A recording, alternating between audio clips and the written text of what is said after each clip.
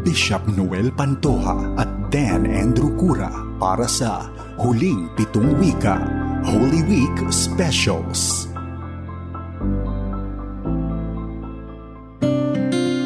Ito po ang Holy Week Special ng FEBC Radio TV na nagtatampok po ng 7 huling wika ng ating Panginoong Hesukristo ngayong Biyernes Santo. Sa pagkakataong ito, kaagapay, ang buong FEBC station ay nakatuon sa mahalagang pagsasahimpapawid na ito magmula Luzon, Visayas at Mindanao, maging sa ating mga kaagapay na nakikinig sa iba't ibang panig ng daigdig at nakikinig sila via FB Live, FB page natin sa 702 DZAS FEBC Radio TV at sa ating channel 188 TBN Philippines.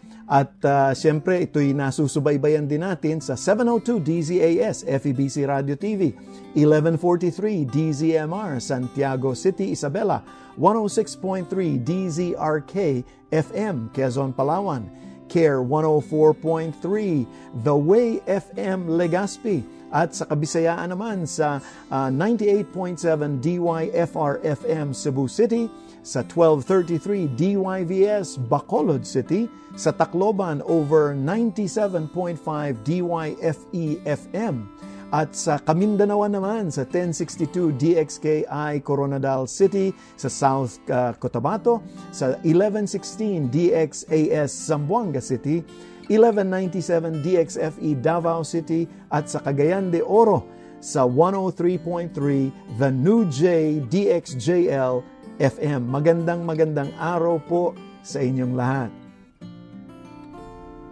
Tayo po ay nasa ikalawang wika na at naglalaman ng mga katagang, I assure you, today you will be with me in paradise.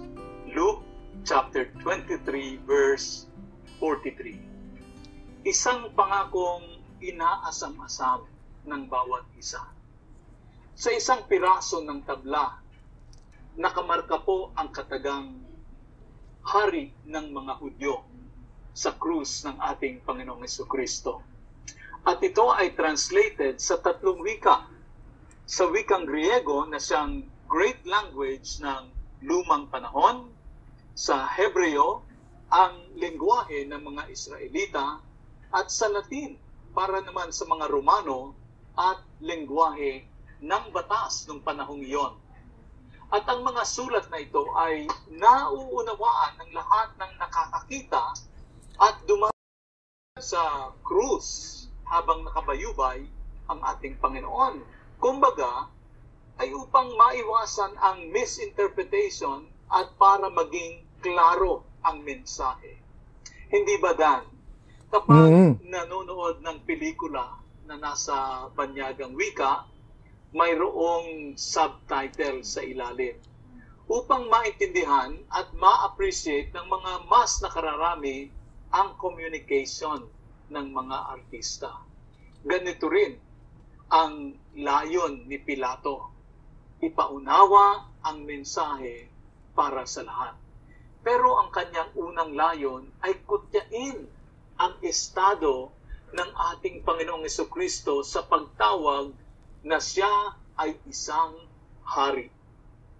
Pero ang mensaheng hari ng mga Hudyo ang nakapagbigay ng pag-asa sa magnanakaw na nakapako rin na kasabay ng ating Panginoong Hesukristo. Pangakong nakapagbigay sa atin ng comfort at ng pag-asa. Sa mga taong nakakaranas ng matinding depression, bunga ng pagkawala ng mahal sa buhay, negosyo, trabaho man o opportunities, na sa gitna ng mahabang buwan ng pandemya at crisis, lagi po tayong sinasamahan ng ating Panginoong Hesus. At sa katapusan ng yugto ng ating mga buhay, ang kalwalhatian ng Panginoong Hesukristo po ang sasalubong sa atin. Ang mensaheng nakasulat sa kaprasong tabla na hari ng mga Hudyo ay nangusap nga mismo sa magnanakaw na kasama nga niyang nakabayubay sa krus.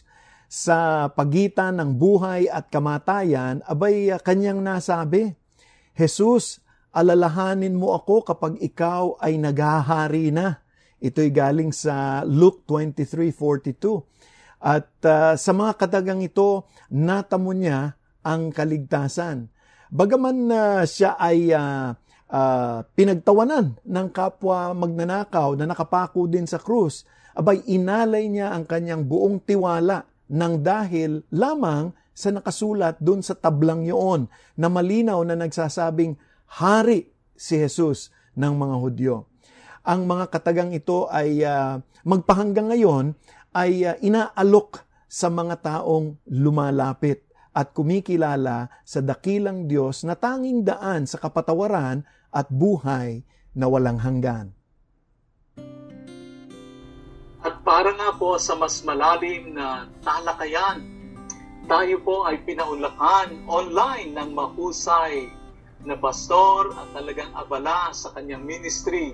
Doon po sa gitnang silangan sa Middle East, narito po si Pastor Roman Guevara ng Rise Up Ministry Global para sa paghimay ng mensaheng hango sa ikalawang wika ng ating Panginoong Jesucristo mula sa krus.